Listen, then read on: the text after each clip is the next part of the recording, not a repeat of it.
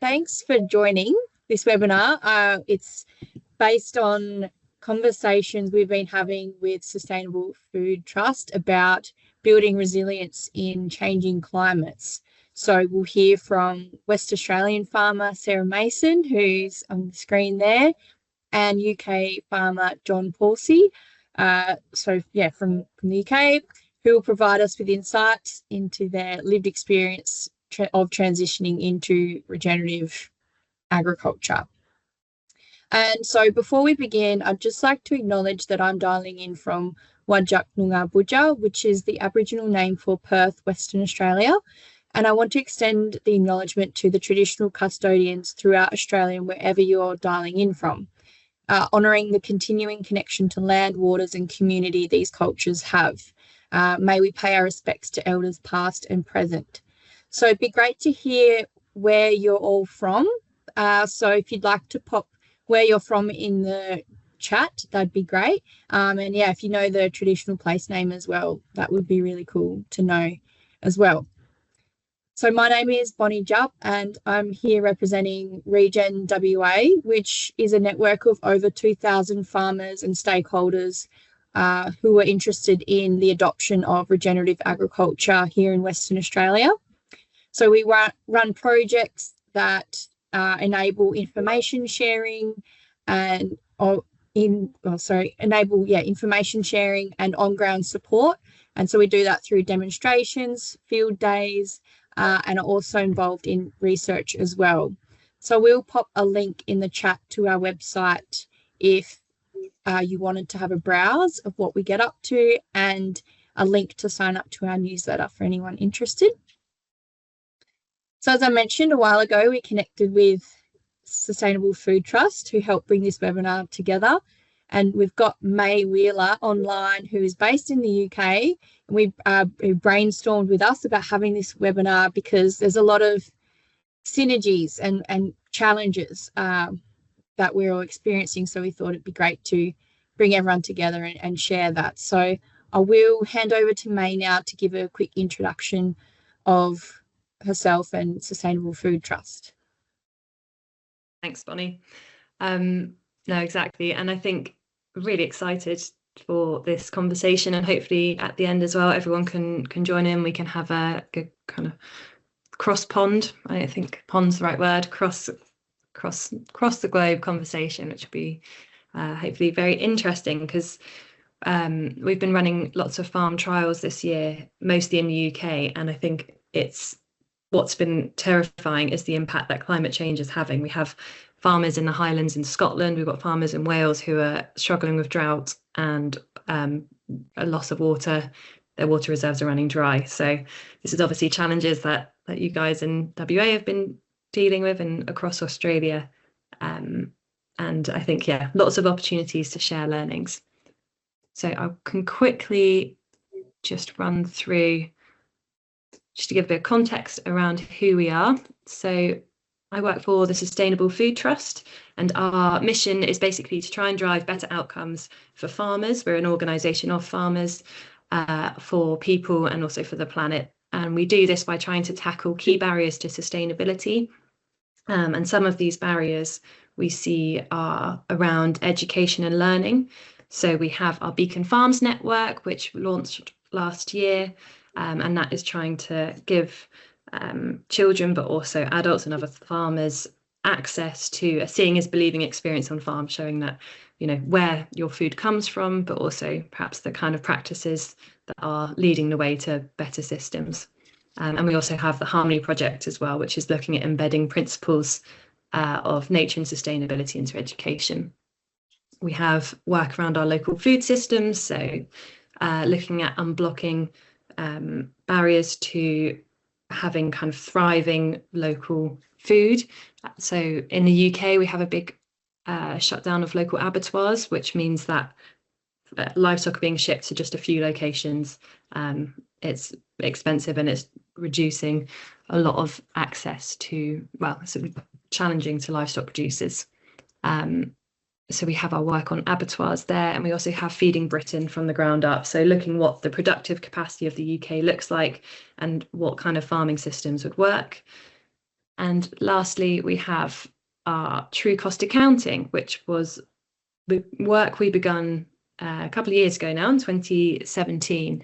And that came from the idea that often farming that can have negative impacts causes these costs which are hidden. So things like pollution or poor public health. We did some modelling and found that for every £1 spent on food produced with these negative impacts, a whole other £1 is incurred in hidden costs. And I think it was estimated we're spending about 16 million. I'll have to fact check that for you, but on these hidden costs each year. But we realised if we're going to put these findings in practice and turn it into something useful that policymakers, finance, researchers, and most importantly, farmers can use, we first needed a consistent and holistic way to measure the impact of farming systems, which is where the global farm metric came in. And this is what I work on. So the global farm metric is it's a holistic way to understand and to support the measurement of sustainability, but at farm level. We're farmer first, so I think a lot of times these kind of frameworks can be quite extractive, but we're really trying to make it practical for farmers, something that works on farm, but also across the supply chain and in policy. We're holistic, so you can see the wheel here. We're looking at environmental, social, and economic aspects of sustainability. And we recognise that actually context is really important. A lot of things that are happening on the farm aren't just the responsibility of the farmer, they're things that are inherited. So your soil type, the weather, things like that.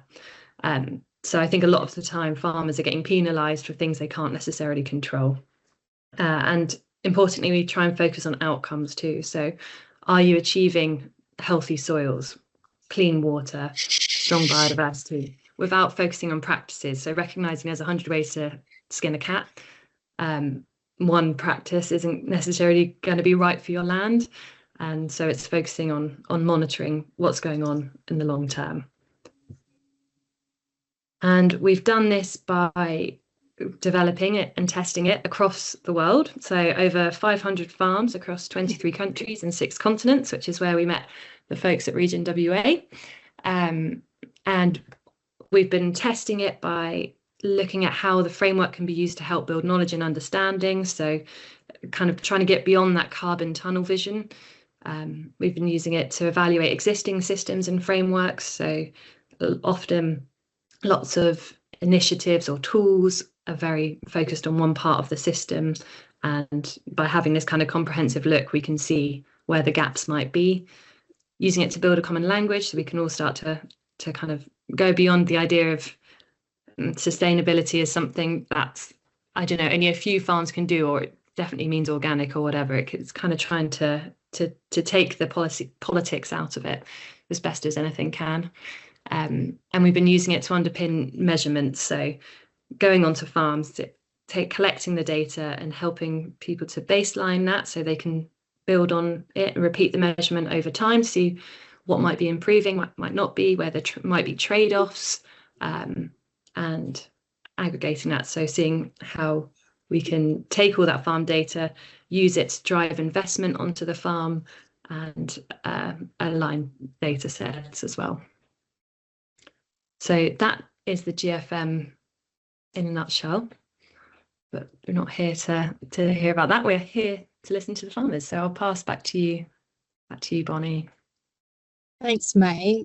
No, it was really interesting hearing about that, and we do have a lot of synergies with the work that we're doing, especially with the outcomes-based framework, and we're looking at using natural capital accounting to try and verify what practices are actually improving the condition of our natural assets and therefore help underpin what we call regenerative agriculture. So definitely trying to put that evidence base, but in a holistic way as well here in the West. So we've had some really good learnings being involved in the outcomes-based framework that you guys have been doing. So no, it's really good to hear. So just before I introduce our first speaker, I'll just do a little bit of housekeeping. So this webinar is being recorded, so you can watch it back in your own time or share it with other people that might have missed it today. I was going to say tonight. It's evening here and morning in the UK. Yeah, we asked people to stay on mute throughout the whole webinar, knowing there'll be a Q&A at the end, which I'll facilitate. We will leave questions to the end, but if you do have any questions throughout the presentation, feel free to pop them in the Q&A box, which is just up the top next to the chat. We'll use that specifically for the questions. So if you want to write your questions in there so you don't forget, yeah, feel free to do that, and then we'll have some time at the end after both Sarah and John do their presentations. I will now introduce Sarah, who's got a beautiful backdrop sitting outside on her property with a artificial nest box in the tree behind her. I'm sure she'll talk about that. But yes, I'll just give a quick introduction before I hand it over. So Sarah is the cow herder of Cara Beef Partnership, which she runs with her husband, Jeff. The farm is 600 hectares, which is about 120 kilometres north of Perth in Western Australia. It was leased until 2020 for cropping, has been transitioned into a biologically adaptive grazing enterprise. The emphasis is on growing nutritious food while enhancing biodiversity, enjoying the process, and becoming profitable. The beef is sold directly to people in Perth and comes with a story of the land and how cattle are restoring the soils. And I'm lucky enough to be one of those people in Perth to receive the amazing beef from Sarah and Jeff, so I can vouch for how good it is. So thank you for doing what you're doing, Sarah, because it benefits me personally, but the environment and everyone else as well. So I'll hand it over to you. All right. Well, thank you, Bonnie, for that lovely introduction. So I'm just going to share my screen. Hopefully this will work. Here we go. So this is the northwestern corner of Cara. As Bonnie said, it is 120 k's, 74 miles northwest of Perth, on land that was stolen from the Yuad people of the Noongar Nation.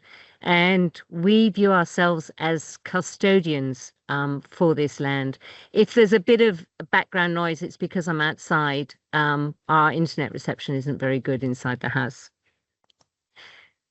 So we live in a brittle environment. It's a Mediterranean climate. We have about 450 mils, 18 inches of rainfall a year, falling mostly in the cooler months in winter.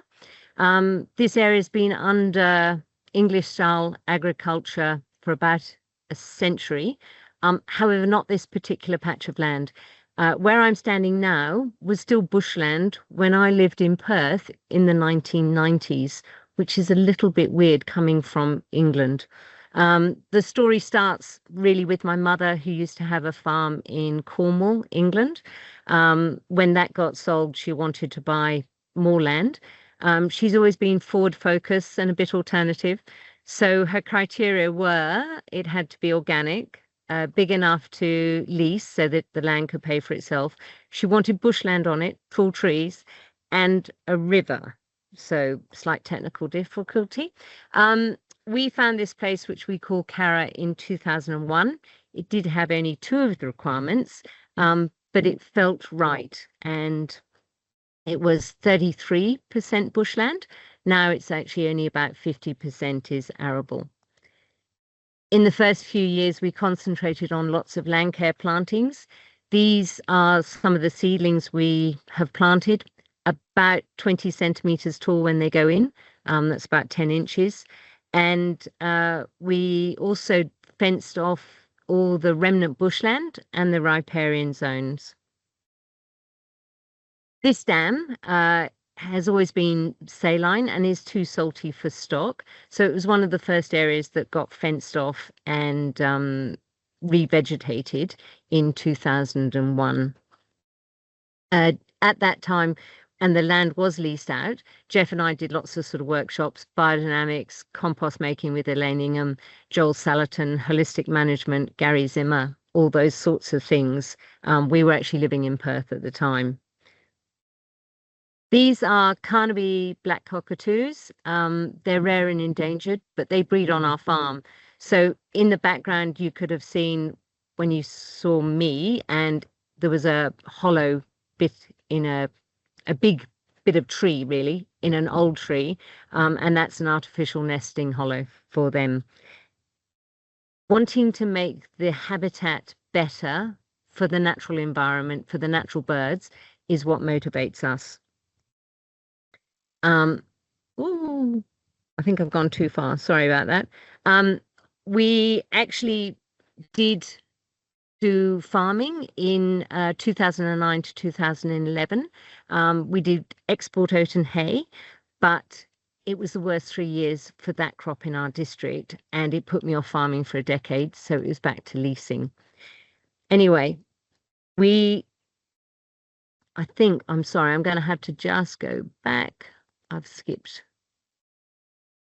There we are. The new cropper, the new tenant, was a very high input cropper, and we saw a decrease in insects, birds, and bats. The day we saw a plane spraying out insecticide for canola, flying over a narrow strip of bushland, and seeing the chemical drift was the turning point. So we thought, what can we do? We're too small for cropping in this district, unless it was a niche product, and we didn't even have the machinery. So due to what we had learnt, we thought that beef cattle would be our best option. No chemicals required, no big machinery. It could be biological and would return the life back to Cara. Oh, sorry, it keeps flicking too much. Anyway, lots of courses with RCS, inspiration from Regen WA, trips of 4.5 hours down to Augusta to do workshops hosted by the Lower Blackwood catchment, and lots of discussions led to us buying 39 Drought Master Cross heifers in August 22. I had specified that they needed to be cheap and small. Small because I didn't want to be intimidated by the cattle in the yards, and cheap because we weren't actually sure if cattle was the enterprise for us. We bought from the north, reasoning that they would be less fussy than those from down south, from the ryegrass and clover pastures down there, and that they'd also be a bit more heat tolerant. We eat the beef, as does Bonnie, and it's pretty tasty, so we're reckoning we're doing something right. Contributing to this is adaptive grazing management, a mineral cart, fresh water, low stress and stress-free stock handling, and a mixed species in the pasture. This is a summer picture. So at the moment they are getting 3 hectares per day, but we make the paddocks bigger so they can range around. I call it adaptive management grazing because sometimes the cattle move themselves, and that's sometimes in the start it was just because they weren't trained to the electric fence, but sometimes it's a kangaroo or an emu that takes down the fence, and then the cattle just move themselves. We use Kiwi Tech portable electric fencing. It's brilliantly designed and manufactured. It did take a while to get used to, and we've done a few adaptations, mostly to prevent too many electrical shocks. It's certainly a heart starter. The mineral cart means that the cattle can get any trace elements that they want to at any stage. When this photograph was taken, bentonite was just being demolished. I was topping it up every day. The pale cow has a bit of bentonite and a bit of copper on herself. That's some gloriousness. The forage that we have is whatever grew after the last barley harvest in 21. It's not a brilliant mixture of species. It's about 17 to 19. We did try to improve that and sowed 20 pasture species. However, we didn't get any summer rainfall, and our soil probably wasn't biologically active enough for it to grow. We see some occasionally, a chicory or something like that, and get very excited. Mostly the stuff is fairly good. The cattle eat it, apart from the grass, which is the dominant one here, called ripgut brome. Its seed heads are revolting in socks, dogs, and cattle's eyes.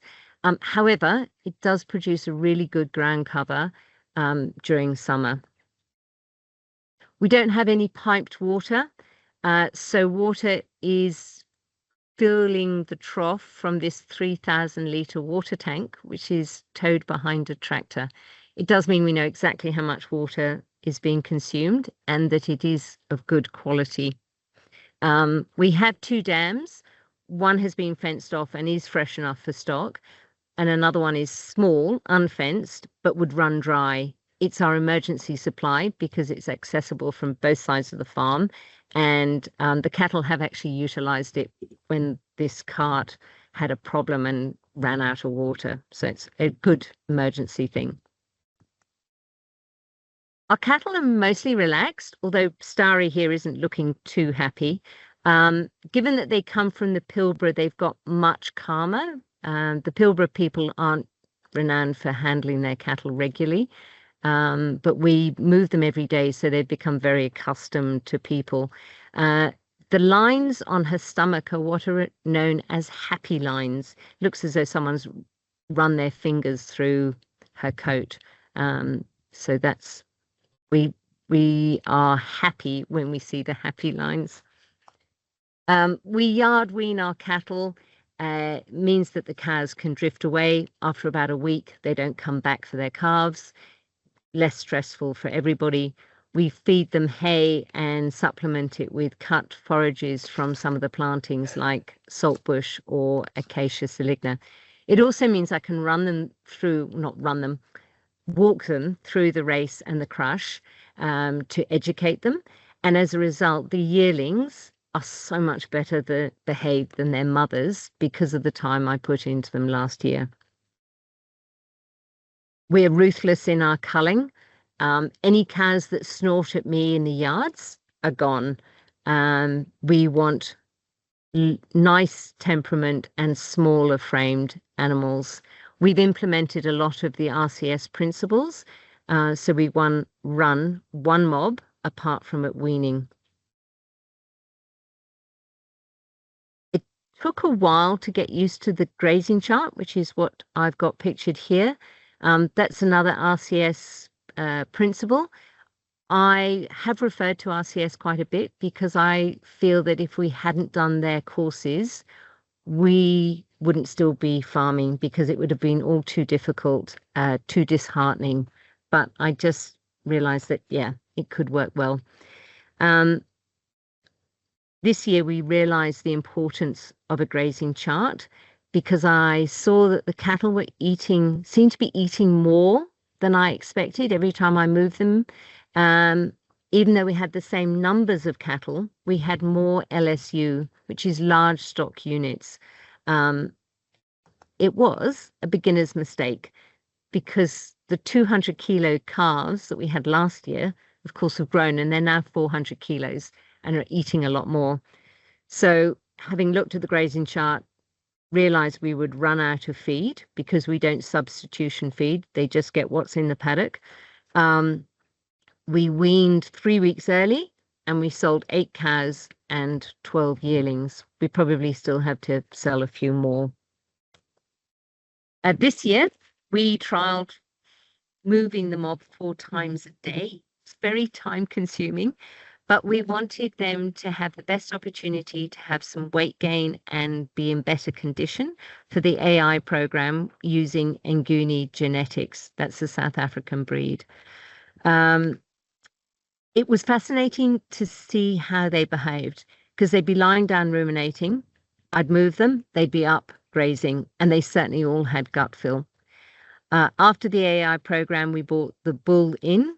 We get we hire a bull, a red Devon, from Bindoon Estate, which is about 30 kilometers, 18 miles away, and it comes from a similar condition. He goes back most years having put weight on, despite having worked, because our calving percentage has been over 80, which I'm a bit happy about. This is a cow pat, an ideal cow pat. In summer, they start to pile up when about 60 to 80% of the pats are not looking like this. We give a homemade supplement called McCosker Brew from RCS, and this enables the rumen microbes to process the dry forage and the cattle maintain their condition, which is what we are hoping to achieve. No dung beetles to be seen, but this is evidence of dung beetles, and they are our most highly valued livestock, and we do our best to increase their numbers. We don't drench the cattle, and they seem to be fairly okay parasite-wise without it. As Bonnie said, we are developing our direct-to-market business, mixed cuts of beef in 15 kilo or 33 pound boxes, which allow us to tell the story of what we're doing. And it also means that the beef doesn't just disappear into the wholesale supply chain. It also gives us a better return on investment than selling through Muchet. Talking about abattoirs, we're really lucky. We have one within an hour's drive that does do custom kills, and they also deliver to our local butcher, who processes the carcasses after hanging for 2 weeks into whatever I request, and then we package up and deliver. The advantage of 15 kilos is that this quantity fits into most people's freezer, in their fridge freezers. We're managing the land to improve biodiversity, and this is a pygmy possum that luckily Jeff rescued from being drowned last summer. We've never seen one before, and it's pretty special, really. So we want to leave this patch more vibrant and more biodiverse. This is an echidna that was crossing the paddock when I was putting up a fence, and it's included because I realized this is my attitude to what people think in the district. I was really lucky. I grew up in England but had some time in Africa, so I've always had a different perspective of belonging. Jeff comes from Bencoven, which is about 2 hours to the east of here, so we're not from an established farming family. That means we don't have those constraints. We also chose not to have children, so there are none to get teased or bullied. In fact, a lot of people in the district think we're vegetarian, and I do rather enjoy shocking by saying, oh, we're eating blah, a named beast. 3 years ago when we started with cattle, there wasn't much life in the paddocks, and this year I've seen several bearded dragons, which means there's enough other things for them to eat. So we are seeing an increase, which is just lovely. Because we're not from the district, there isn't really the peer group pressure in the same way. We have been told a couple of times you ought to spray your radish to stop the seed set and things like that. Luckily, we've got a buffer zone of trees that were planted in 2005 that run along the main road. So it's actually a bit tricky to see what we're doing on this farm. And in fact, a neighbour rang me earlier this year to ask to lease the land because he hadn't seen the cattle moving around. And because we haven't got bare paddocks, it's assumed we don't have livestock. We're viewed as hobby farmers. That's not how we see ourselves. We intend for this business to make a profit. I am showing you all the amazing things that I see when shifting the cattle. This is a fledgling grebe that was struggling up a track last summer. We've taken part in a federal government initiative called Farm Elevate, which is trying to encourage farms to be more business and future orientated and get organized like ourselves. We've actually done a business plan, probably something we should have done a long time ago, but anyway, got it now. And it's concentrated our minds about what we do want to happen in the future. We plan to process 2 animals a month, which next year, which we think will enable us to grow the business and grow the herd, but without compromising the soil health. We also want to introduce some more Nguni genetics, given that they are good on rough pasture. We have laid 2 kilometres out of the 8 kilometres of pipe that we need for water distribution. Once this is done, it will make a huge difference on a daily basis, saving lots of time. We want to have more biologically active soil with increased water holding capacity. That means we can grow more forage of better quality to increase our carrying capacity, which will then allow us time to make more money, which means Jeff can stop working off farm, at least maybe go part-time and then retire. That's going in the business plan. So with that wonderful view of hindsight, there are so many things I would have done differently. We would have gone and worked somewhere, because really going and helping someone move cattle through yards for one day doesn't count. So we could have gone and done some helpexing or woofing or work experience. Also, I had done a little bit of mustering in the Pilbara near Marble Bar, and had milked cows occasionally in Cornwall. No, not enough knowledge of bovines. It would have been great to have a mentor in the area, someone that we could have asked about holistic management or grazing or something like that. Nick Kentish from RCS told us, you need to train your cattle when you get them, Sarah. And despite us asking him a couple of times, we never really quite got what he meant. So anyway, the cattle got delivered by Bill, lovely bloke, who saw that we had no hay. So we couldn't keep the cattle in the yards for more than 24 hours. And he said, maybe put them back in the yards at night. And we went, oh, okay, right. I can't believe how naive we were. Just completely ridiculous. Anyway, so Jeff and I went to put said heifers back in the yards. And after 2 hours of trying, it got so dark, I couldn't see him, let alone the heifers. So we did actually stop. Luckily, they didn't jump out and run away. In the year when we didn't have any cattle and we weren't leasing, we could have sprayed out some compost teas, done some soil tests, done other soil improvements.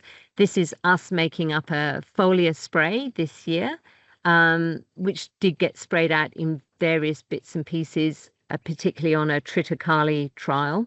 The leftovers got sprayed on other pieces of land, and it was interesting, the cattle preferentially grazed where the foliar spray had been. We would have fenced off the new revegetated areas, which is in the mid-ground of this, with a proper fence and an earth wire. That would have saved a whole load of heartache. We could have put the fodder shrubs, like this Acacia saligna that the weaners are eating, in the paddock, and the biodiversity plantings as corridors. It would have saved such heartache for me, because that first summer I was putting in the temporary posts with a mallet, most of them, because the ground was so hard, and trying to keep the cattle out of the new plantings. There were quite a few tears, so it would have been a lot easier. Our stocking rate at the moment doesn't match our carrying capacity, so we will have to sell more steers, and I'd rather have that than parched bare ground that gets the soil getting baked in 40-degree plus days.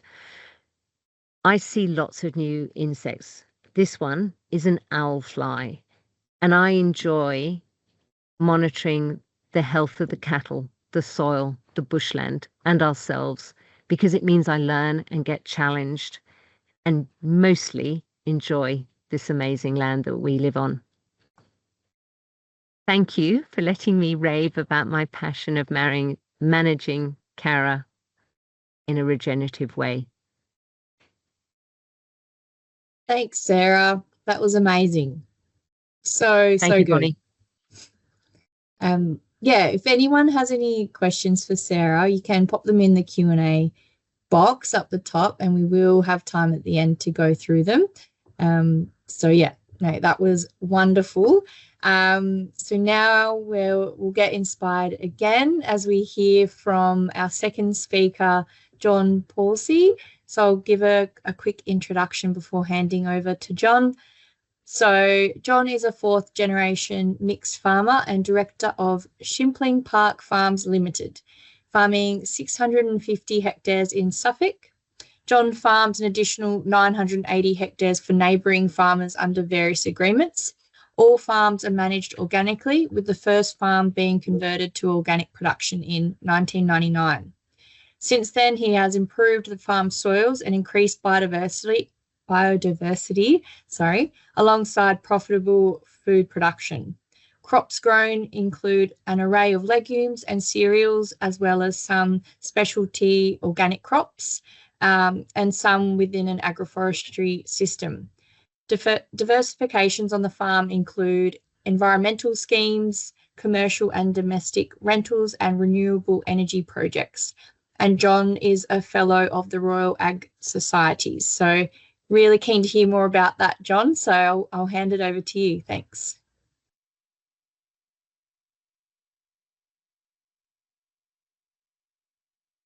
And if you can unmute and put your camera on, that would be good. Good idea. Yeah. Now, can you see my screen now? Yes. Great. Okay, fine. Well, thank you so much for asking me to talk to you. Sarah, that was really inspiring. Mine's going to be slightly different, but along a similar sort of theme. But what I'm going to try and cover in my time is, why we went organic, how we're building a resilient business, and also sort of planning for climate change. And also just a little bit on future plans. Yep. Sorry, John, are you able to turn yes. your camera on so we can see you? I don't think it will, because I'm on my iPad and it's not letting me turn my camera on. Sorry. Okay. Sorry. Yeah, okay. I'm sorry about that. Yes, so we farm just over 1,800 hectares, which is 4,500 acres of organic cropping with grazing lays in those. 650 of those hectares are our own, but the rest is farmed for neighbouring farmers, all farmed organically. We've got 200 New Zealand Romney breeding ewes. We did have 1,000. I don't have time to tell you why we went from 1,000 down to 200. That's for another session, possibly. We only have 2 full-time staff, but we also have part-time staff on the farm who look after administration. We have properties on the farm that we rent out, which I'll talk a little bit about in sort of business resilience. And obviously we have some livestock as well. I mean, generally we plan around a 5-year rotation, which I'm going to whiz through. But it's a mixture of sort of monocropping and multi-species cropping. And even though the actual rotation is relatively basic, we interject lots of different crops in there depending on what the market wants. But most of them are on relatively small areas. But it just keeps, everything just that little bit more interesting for us. So the motivations behind organic was that, we converted in 1999, so over 25 years ago, and I was struggling to circle the non-organic business model where we were just spending more and more money on inputs and getting the same, so a diminishing return for what we were doing. And also the inputs we were buying, that chemistry was beginning to fail. So herbicide resistance, insecticide resistance, fungicide resistance, and so on. So I became sort of disillusioned by the whole business model of conventional farming. Also had concern about the degradation of our soils, because we were doing mostly winter cropping and basically bashing our soils around to try and get all our soils sown with crops before winter. I would say that I'm a conservation and farmer sort of in equal terms, and the surveys we were doing were showing that we were losing nature on the farm. And like Sarah, it was a big thing for me. I also felt, de-skilled by farming non-organically, because we were just getting recommendations of chemicals by somebody else. We were just sitting in a tractor going out and spraying them. I wanted to reconnect with the agriculture that I believed was a creative and even an artistic form of work. But also we were disconnected with our customers as well. We were basically just piling up lorries full of commodity, really sending them off the farm, and had absolutely no idea whether it was going into the human chain, the animal feed chain, or what was happening to it. And moreover, in a general term, I was also concerned about our own health, but the people who were working for us, but generally the health of our farm. So our basic rotation it went from a 6-year rotation when we were using the sheep to go and graze around all our fertility building lays around the farm, to a 5-year rotation, and this is basically it. It has a fertility building phase, so if you like, the regenerative phase of the rotation, and then it has an exploitative phase where we're growing white strawed crops, winter wheat, spring barley, and we now grow a bi-cropped winter beans with wheat to add some fertility at that point, and then we go into a spring oat crop, which is then undersown. But referring back to the list of crops that we were growing beforehand, this is all interspersed with all those crops. So this year we've got heritage wheat in the ground. We are growing some quinoa or quinoa, wherever, it depends where you come from. But we've got lentils, we grow lots of vetches and various seed crops as well, interspersed amongst that basic rotation. And what happened was, the farm was transformed into a farm that was really growing winter wheat, some spring barley and some oilseed rape and a small amount of sugar beet. And we've got, we started growing all these wonderful crops, and so you'll recognize them all, but this is a crop of spelt, and we love spelt because it grows very tall, it shades out weeds, it seems to forage for minerals and nutrients better than modern wheats, and it's a glorious looking crop. And then we've got our lentils, which we interrow hoe, you can see in the top right-hand side of the screen. Really exciting to grow new crops and developing new markets and just talking to new people as well, which is also very exciting.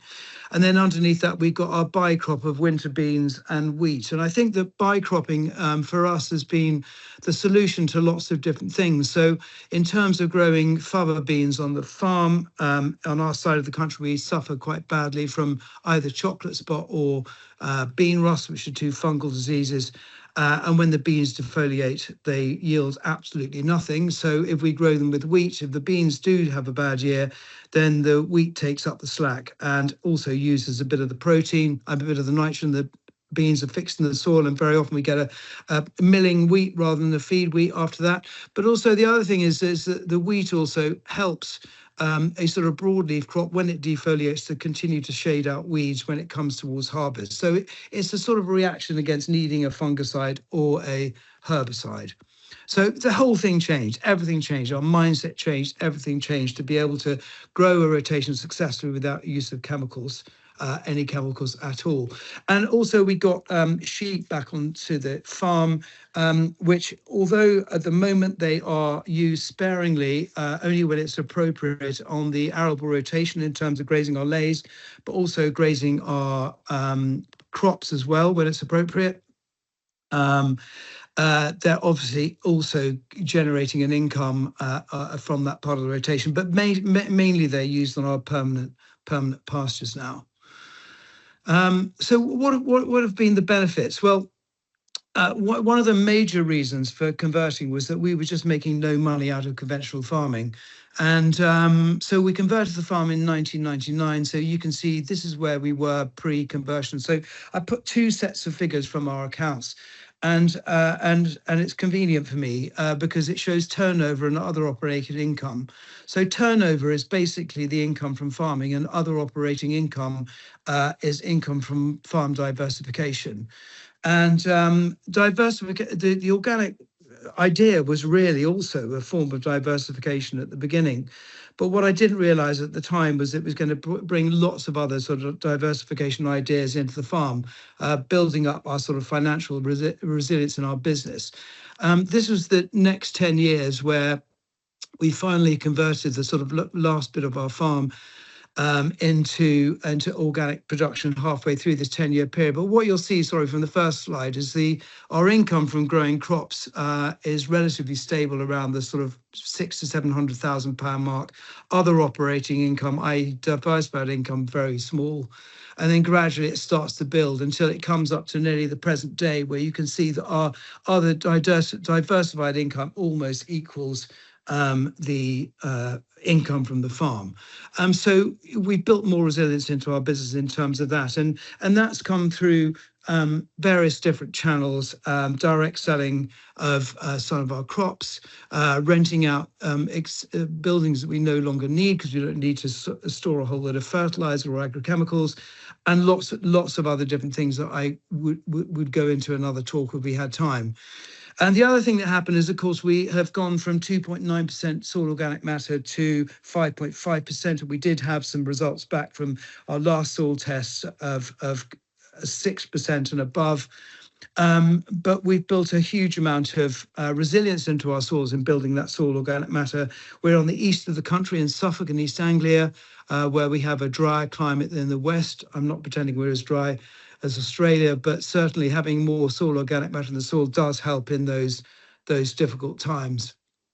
And in terms of nature, like Sarah, nature is a big thing for me, and especially birds. Birds are great because people can identify them, and with the new Merlin app, it's absolutely fantastic. We've all been turned into amateur ornithologists, but they're easy to see. They're top of the food chain, and one might suppose that lots of birds on the farm means that you're building a resilient system.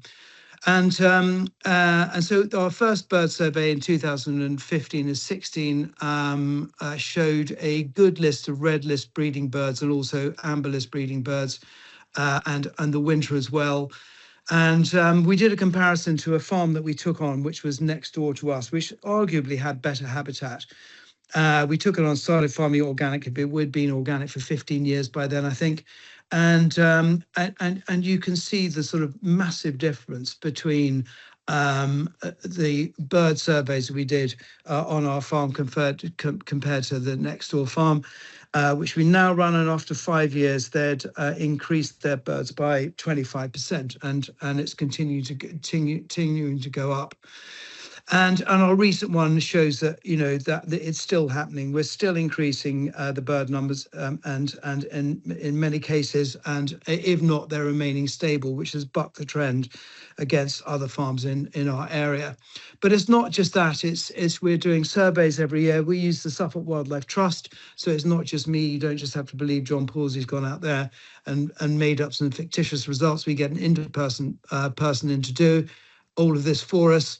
The botanical survey, this is just a few of the plants, but I mean, the list goes on for hundreds and hundreds and hundreds of plants. Incredibly exciting.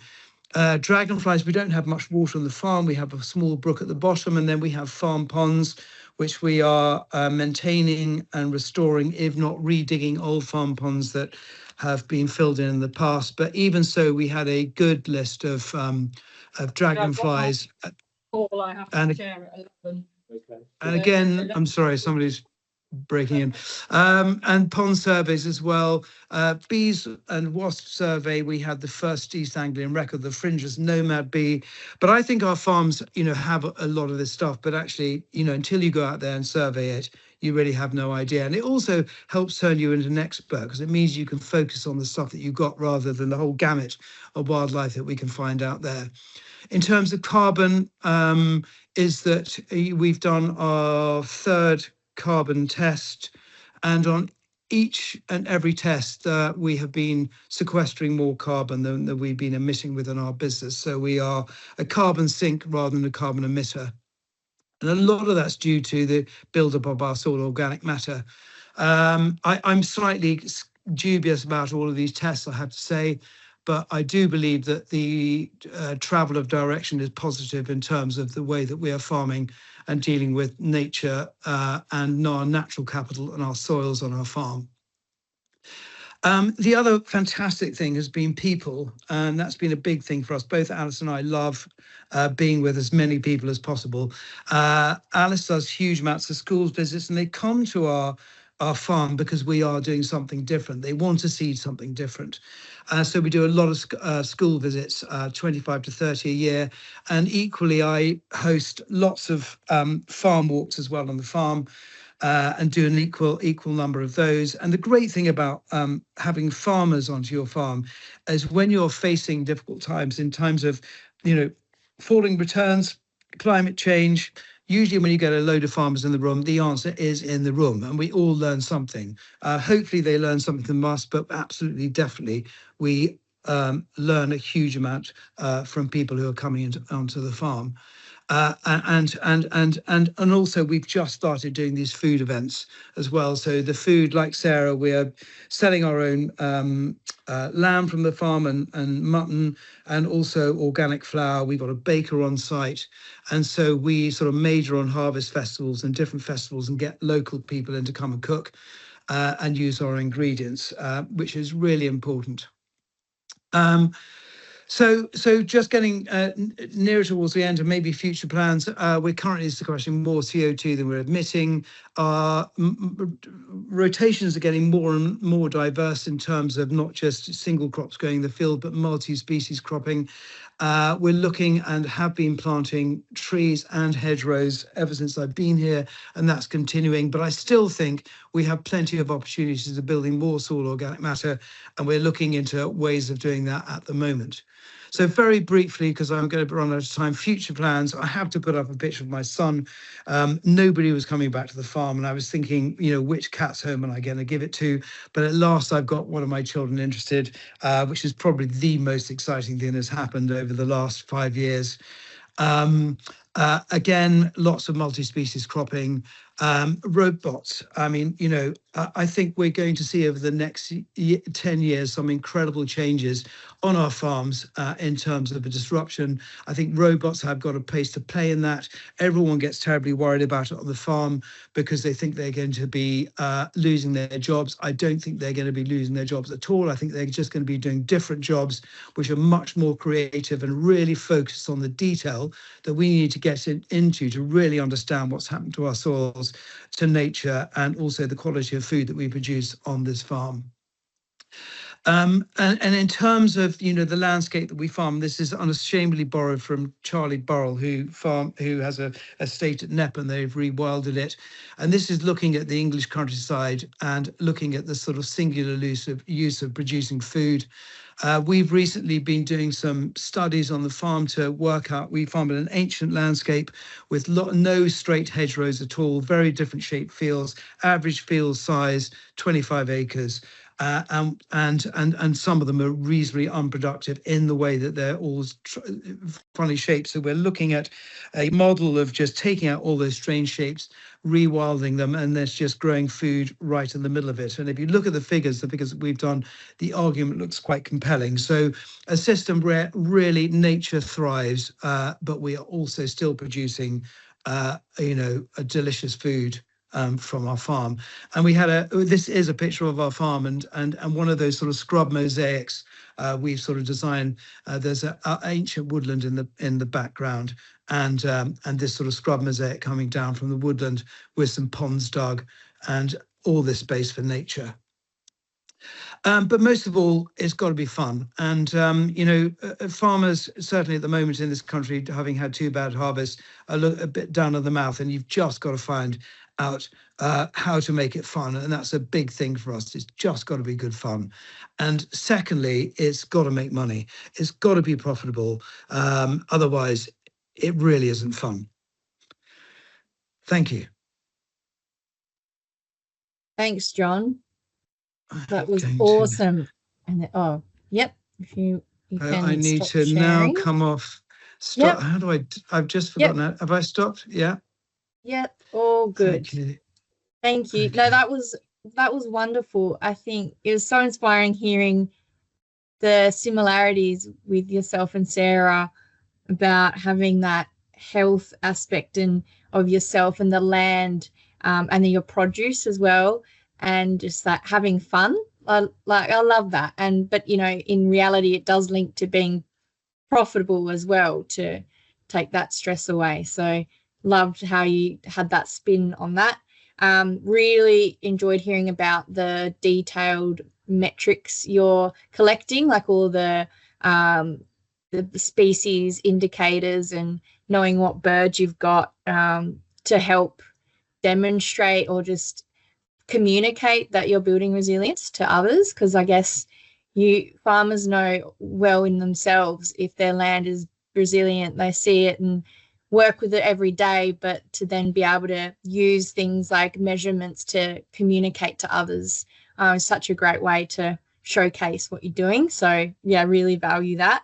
And yeah, the farm tours, like what we do here, we've had field days at Sarah's, but bringing farmers together, even for that social aspect, just where they can have chats at the morning tea and lunch, it's vital, and it will always be relevant because, like you said, I think farmers learning from each other is always the answer in the room or in the paddock.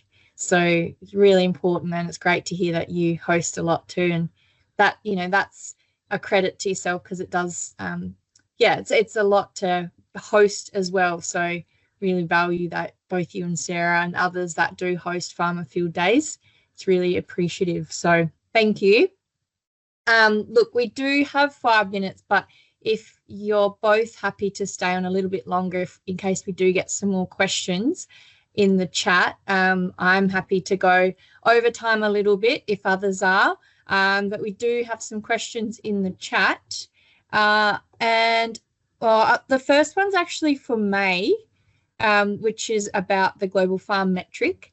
So the question is the global farm metric, is it interrelated with other tools? Like, can it be compared directly with other tools? So if May wants to quickly jump on. So the idea of the global farm metric is to try and be that common language or a kind of framework that can underpin existing tools.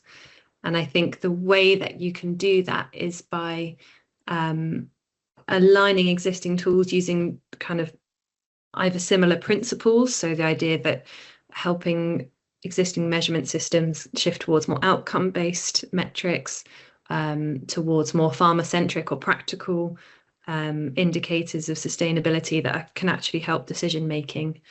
But also you can kind of start to align by the categories. So is the tool measuring carbon as well as biodiversity, as well as water, community, economics and business case? So we work with a number of different platforms out there in the UK, but also globally, to help other people do exactly that, shift towards these kind of more holistic, more farmer-centric systems.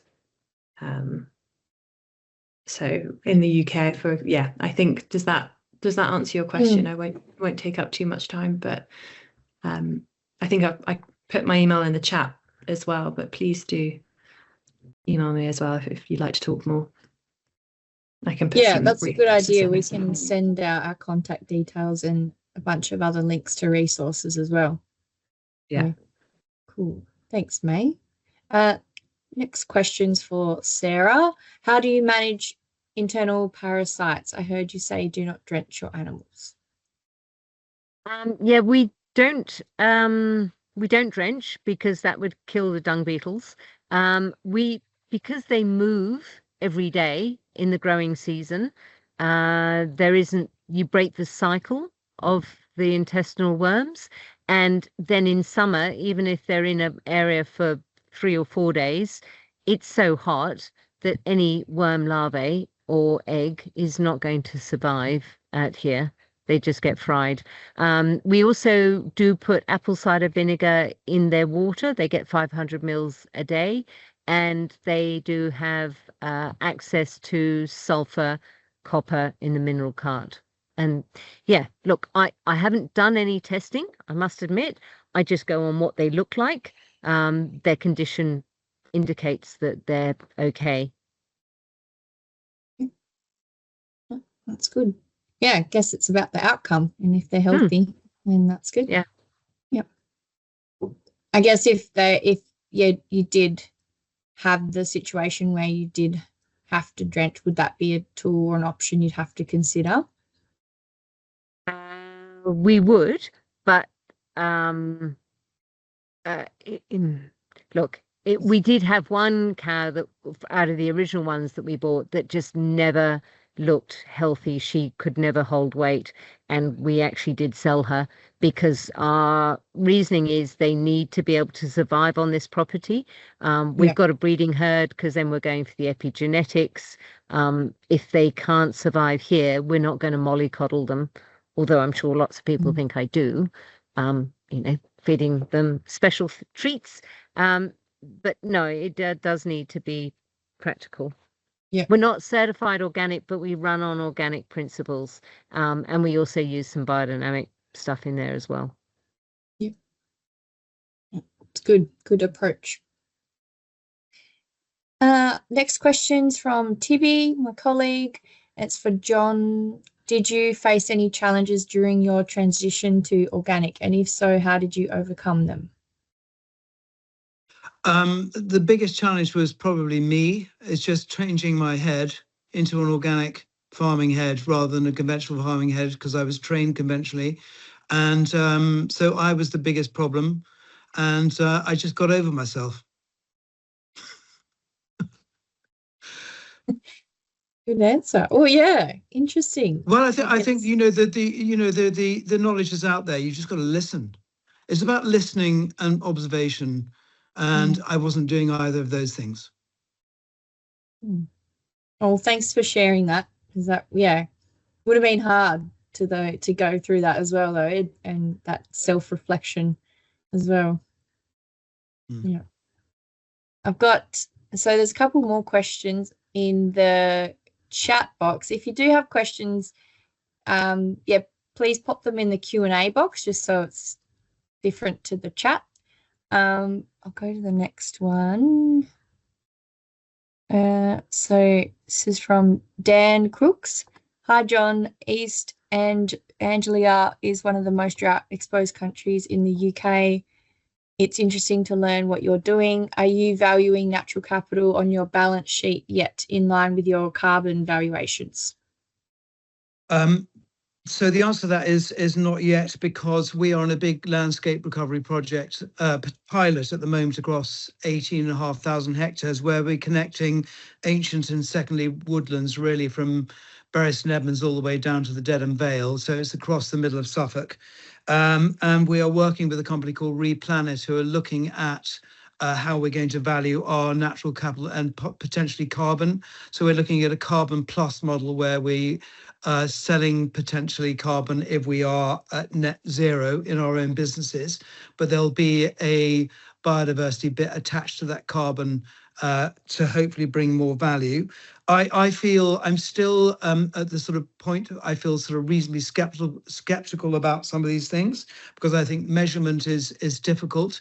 And also we need to make sure that if we are measuring something and it actually is a thing in 10, 20, 30 years time.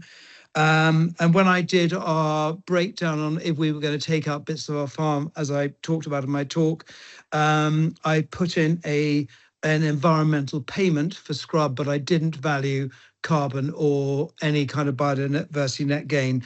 But it is something we're on the cusp of doing. But I, as a person, as an individual, need to feel perfectly happy that I am delivering what I say that I am delivering. Yeah. No, that's fair. Yeah, we're trialing natural capital accounting here as well, and it is still an emerging space, I think. And one of the projects, we actually worked with Sarah to do a condition like report, but again, it's the benefit of being involved in these research projects where it's not a big upfront cost for the farmer, so that it's still testing the waters and seeing what's practical and relevant and, like you said, going to be around long term. So yeah, it's good that there is research looking at it to make sure it's refined before it's rolled out widely. So I've got another question for John. How long was the organic conversion period financially difficult for, if at all? I wonder if more farmers would be inclined to convert if the initial leap wasn't so daunting or perhaps incentivized. Well, the conversion period is 2 years. We were paid, I can't remember, I think it was, because this is nearly 25 years ago, £250 a hectare. So divided by 2.5 acres to convert. I'm sort of against conversion payments because I think organic should be driven by the market rather than conversion payments. And we've seen examples in the UK where, for example, sheep, I'm going to say sheep in Wales, the conversion payments was so strong that everyone converted. Market was, big glut. And any conversion payment that sorts the market, I think, is a mistake. But what I do believe is, and I know that, obviously, when you are farming in an ancient landscape where actually it's very difficult to be competitive in a global market because you're dealing with increased cost of production, is that it's quite difficult to deliver nature without having some kind of government support. So I'm against subsidies for farmers to just be farmers. But I think if they are producing something that benefits wider society, nature, and our soils, then I think that should be valued. And it could come through it either comes through either through taxation. So it's the government decide they're going to do that, or it comes through increase in food prices, which nobody wants. So I think it comes through taxation, or it comes through some kind of blended finance, going back to what we're talking about in terms of carbon and biodiversity. Yep. Oh, thanks, John. Good, interesting perspective on that. So we've got another question for you, John. Would you say you've been less impacted by the weather this year relative to other farms in your area due to the changes you've made on the farm? That's a really interesting question, and I find it difficult to answer, but because I'm usually asked it by my neighbours, and actually, ironically, last night I went for an early evening drink with a group of us who meet up occasionally, and we have had, in a very difficult year, we have had an average plus harvest, and all my neighbours have had a way below average harvest. And so, and I really do believe it is because our soils are doing something different, and they're more resilient. But I've never been it sounds like I'm a massively preachy person doing this sort of kind of thing, but I'm not. I genuinely, when people come on the farm, we really don't mention the word organic unless we absolutely have to. What we do is we show them what we're doing, and we show them something they recognize. But I do believe that after 25 years, that our business and our farm is more resilient. Yeah, the proof's in the pudding. Love that. Yeah. I wonder, Sarah, as well, have you found a similar thing? Yes. We're probably too early in the journey, I think, although the soil does seem to be improving. I don't usually have to use a mallet to bang in the posts in summer. Like literally the first summer, I was using a mallet for every single post that I put in the ground, and that was quite a lot. I mean, sort of 20 or 30 a day. Second and third summers, maybe 30 or 40 mallets using per summer. Too early to say. For me, it's the increase in bird life and insects, and the facts that we do actually see bats again. The bats had all disappeared after the leasing. which was really sad. So I'm hoping it's more resilient. Mm, yeah. Don't have the metrics. Maybe we should introduce a mallet metric. I like that. Good. Yeah. No. I love that. Yeah, and the fact that, Sarah, you mentioned your neighbours were inquiring about leasing your land, thinking you didn't have livestock because you have ground cover. Like, that's an indication, you know, and we know from the science backing that ground cover helps reduce that soil erosion risk and keeps organic matter there for that water holding capacity. So all these benefits. So yeah, it would be good to measure that, but you've got that as an indicator of how your soils are functioning. Yeah. And then certainly in March this year, we had a thunderstorm where we got 36 mils of rain. We weren't actually on the property at the time, but it happened apparently in less than an hour. Had it been under cropping, we would have had massive erosion because March, the ground is normally bare, but because we had ground cover, the only bits that eroded were the tracks, and even then they weren't too bad. So it's interesting. I guess, you know, going back to what you're saying as well, that importance of, yes, measuring as a one-off snapshot to see where you are, and building on that baseline over time and seeing how things are changing. I guess that could probably keep you going as well in terms of a bit of energy and idea of the direction you're heading. Yep.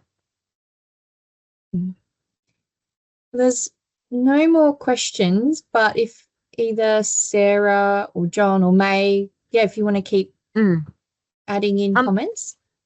I have a question for John. I heard that, I think it's called the school beacon system. I think that's such a lovely idea. We have hosted schools here before, but is it a sort of an organisation within England that gets schools out onto farms?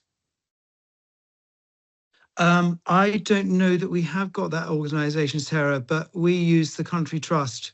They are very supportive of our school visits. I have to say, I feel a complete fraud even talking about school visits because Alice does them all. She's absolutely brilliant. And the reason why we have so many is because of Alice, not because of me. Good for Alice. Sarah, can I just say one thing, Sarah? I really want to back up something you said, Sarah, and I think it's really interesting. It made me sort of think of it, is that you are seeing, and I loved your photographs of the different beasts and insects that you've got, because you've got such a wide array of stuff. You know, our country is denuded of that wonderful wildlife.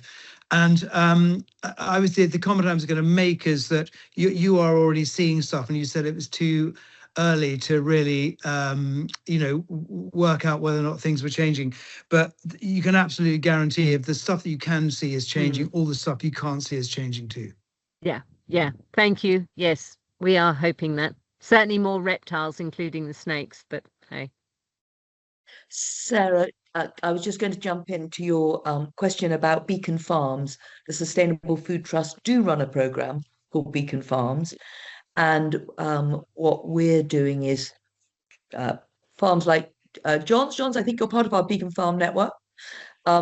We support with materials to support schools. So each of our Beacon Farms gets a special booklet made for them, which is a workbook for the children coming on farms, absolutely directed at that individual farm, so that when the school groups come, it can help, provide some of the resources which some farmers, not obviously in your case, John, but some farmers find it a challenge. They would love to be able to share what they're doing, but it's a big ask in terms of actually the preparations that need to be done and, all those extra stuff. And so we, with a lovely sister project that we work with, which is called the Harmony Project, help provide some of those supporting materials and are in the process of building on those so that they don't just be a platform for the wonderful school visits, which are so important, but also for other farmers, just as John's doing it, is the perfect model of the kind of interactions that we could do. So we can certainly send you more about that. Thank you. We've got one more question, and I guess it might be the last for now, so we can let people go and get on with their day or evening or whatever, wherever they are. John, do you give any guidelines or targets to farmers on soil organic matter? No, no, I don't, and I think it's a really interesting question because, of course, all soils build organic matter at different rates. We're on a hand slope series chalky boulder clay, which can build it faster than a lighter soil. I think it's an interesting question because we don't have targets that I know of, and there's one criticism of the organic movement is that possibly it should be more ambitious, because you have your inspection, you pass it, you get a tick, and then you can go out to the market and sell your food as organic. I had a really great quote from a farmer called James Robinson, who, when I was asking about the regenerative versus organic debate, because it was getting a bit hot in this country at one stage, he said, I think the ambition of regenerative agriculture is limitless. And I thought it was a really interesting answer, because what he basically said is, look, you know, it doesn't talk about a set standard where you get to your standard, you have tick a box and then suddenly you're organic. It's actually an ambition to do more than that. And so I feel that we farm in a way that we farm organic plus. We don't stop at the standard. We go beyond it, and that also you know, gives us a sort of a target in terms of nature, but also soil organic matter. I think we should have an ambition for different soils, and I think we should also help farmers understand how to get to those different levels. Yeah, I think, you know, our ambition should be limitless in all of this stuff. Unlimited, sorry. Unlimited. Yes, definitely. And you're right, it's all about the context because of the different soil types. So if you're getting soil tests and you've got a baseline level, it's about improving that or increasing that relative to what you've got and what you're working with. So, but I love the limitless idea. It's great. Yeah. So if there's no more, oh, there's one more question, I think. No, that was it. We might stop it there, but oh, sorry. No, it was though. I think there might have been one more question, but I think if we're out of time, we can pause there. Yeah, I mean, such a great conversation, and I really appreciate Sarah and John for sharing their knowledge and inspiring us, but their honesty and reflections as well. I think that's really important, and it takes a lot, and I think that's where we do get inspired and learn from others that are willing to share that, because it's not often something we do feel comfortable sharing. So I really appreciate that. And thanks to May and her team at Sustainable Food Trust, and the link up here we've got in Western Australia with the UK. I think it's been really worthwhile swapping notes and hearing about our perspectives and how similar the similarities and differences, but yeah, the challenges we face, but also the incredible farmers that we work with, like Sarah and John, and that are helping do good things in our regions. So yeah, really hope everyone has learnt at least one new piece of information or is inspired to dive deeper into a specific topic. I'll be sending a follow-up email with the recording as well as some of the resources that were mentioned today. So yeah, there's lots to get out of this, so I'll be sending that. But yeah, with that, I'll leave it there and just say thank you again to everyone for joining live, taking the time, all the questions, and enjoy the rest of your evening or day wherever you are. Thank you. Thank you, Bonnie. Thank you, John and May. See you. Bye. Thank you all very much. Thank you. Thank you very much. Thank you.